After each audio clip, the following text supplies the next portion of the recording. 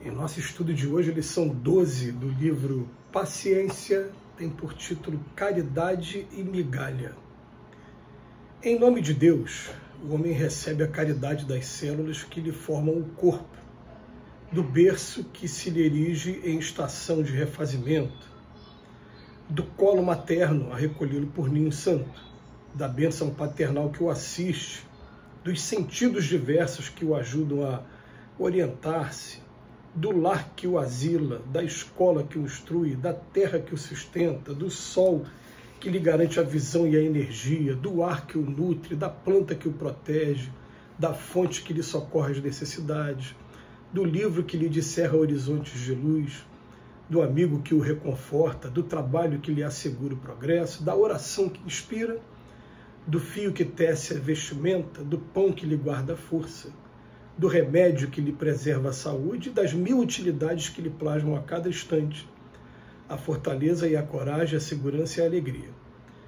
Dá-lhe o Senhor para que não se sinta inútil a ilusão construtiva do ouro em barra ou disco, de modo a que lhe não falte recurso aquisitivo no custo à honestidade, mas no fundo de todas as concessões do céu, por inapreciáveis e generosas, não tem preço visível, porquanto todas elas nascem do perdão incansável e do amor sem limites.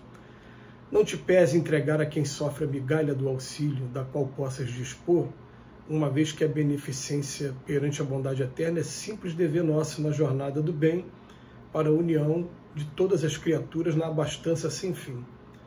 Aceita o fracasso por base de recomeço. Gente, caridade e migalha. Emmanuel procurou mostrar para a gente aqui hoje que estamos de pé por conta de várias, entre aspas, migalhas de caridade que, no todo, acabam criando condições para que a gente esteja trabalhando. E ele vem falar assim das migalhas, que muitas das coisas que foram ditas aqui não são exatamente migalhas. A gente consegue entender, porque ele fala para a gente assim: a gente recebeu a caridade das células que formaram o corpo. Então é um conjunto bem complexo aqui que foi se formando, aquela formação do feto dentro do útero materno. Depois do colo para receber uma mãe, da bênção do pai, depois dos sentidos, olfato, visão, paladar, audição, tato, de uma casa, da escola que vai instruir, da terra que sustenta. A gente vai vendo assim, a gente acaba, no final das contas, não levando em conta todo esse conjunto de coisas que a gente recebeu e que, graças a esse conjunto de coisas, que a gente está aqui em pé, a gente está aqui trabalhando, do sol. Aliás, a gente lembra aqui, que a maioria de nós não percebe, por exemplo, a função do dedinho do pé. Só quando ele está machucado, que ele dói, que ele chama atenção. Agora, corta o dedinho do pé para você ver se você vai conseguir ter o mesmo equilíbrio que tinha antes. Mas o dedo do pé, aparentemente, é insignificante, está dentro da história da migalha. A gente só vai sentir o dia que ele fizer falta. E é exatamente isso mesmo.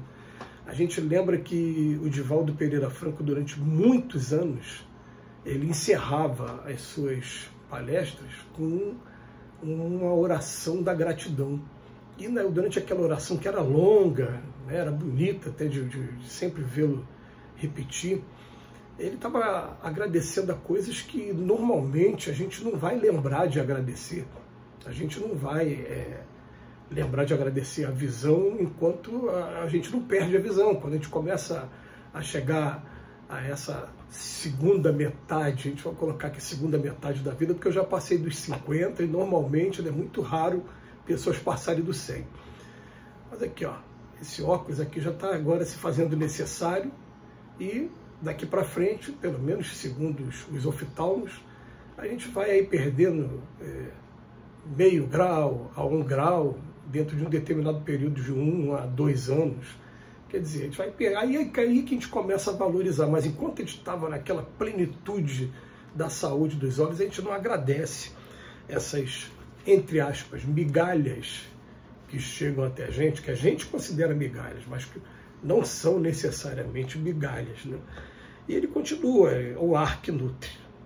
Por exemplo, eu me lembro de uma vez ter visitado a usina que fica na cidade de Volta Redonda e ter ficado uma semana passando mal por conta da poluição do ar que saía daquela fábrica naquela época, que era necessário. Olha quantas vidas ela mantém, mas ali naquela região o ar fica poluído. É uma coisa que quem já teve a oportunidade de ir na China, quando a gente teve a oportunidade de assistir Olimpíadas na China, e todos os repórteres falavam, né, que o céu aqui é diferente, é denso, né, mas olha a tecnologia que eles estão oferecendo para o restante do mundo.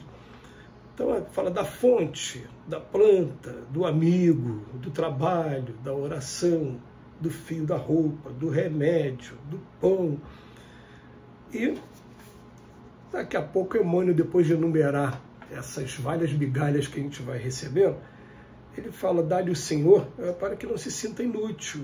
A ilusão construtiva do ouro também, ou barra em disco, de modo que não lhe falte recurso aquisitivo, no custo da honestidade, está falando agora do dinheiro, mas no fundo de todas as concessões do céu, por inapreciáveis e generosas, né, não tem preço visível, porque todas elas nascem do perdão incansável e do amor sem limites. Porque se a gente fosse receber de acordo com o nosso merecimento, a gente já teria muitos problemas. Mas a gente tem que começar a entender que quando a doutrina espírita passa a ideia de que nós fomos criados um dia pelo Pai, Espírito, de maneira simples, sem inteligência ainda, sem conhecimento e sem moralidade, simples e ignorante, como fala, a gente está sendo educado.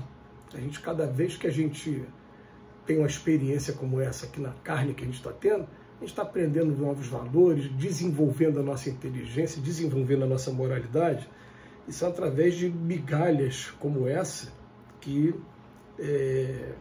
a gente vai conseguindo a nossa jornada. Quando chega no final do nosso texto de hoje, o Emmanuel faz um apelo para a gente, fala, não te pese entregar a quem sofre a migalha do auxílio da qual possa dispor, uma vez que a beneficência perante a bondade eterna é um simples dever nosso. A gente recebe tanto a todo momento que quando aparecer uma oportunidade, a gente não deixar passar, a gente procurar de alguma maneira levar essa migalha do auxílio na jornada do bem, para a união de todas as criaturas, na abastança sem fim. E ele termina dizendo para a gente, né, aceita o fracasso por base de recomeço, porque a gente sabe que nesse aprendizado, quando a gente fala que a gente está no mundo de expiações e prova você vai repetindo até que você seja aprovado. Essa que é a ideia. Não é assim na escola, não é assim nos cursos. A gente vai fazendo a prova até a gente conseguir a aprovação. E a expiação também, que a expiação, na verdade, é aquela prova que a gente está repetente, ainda por rebeldia às leis de Deus.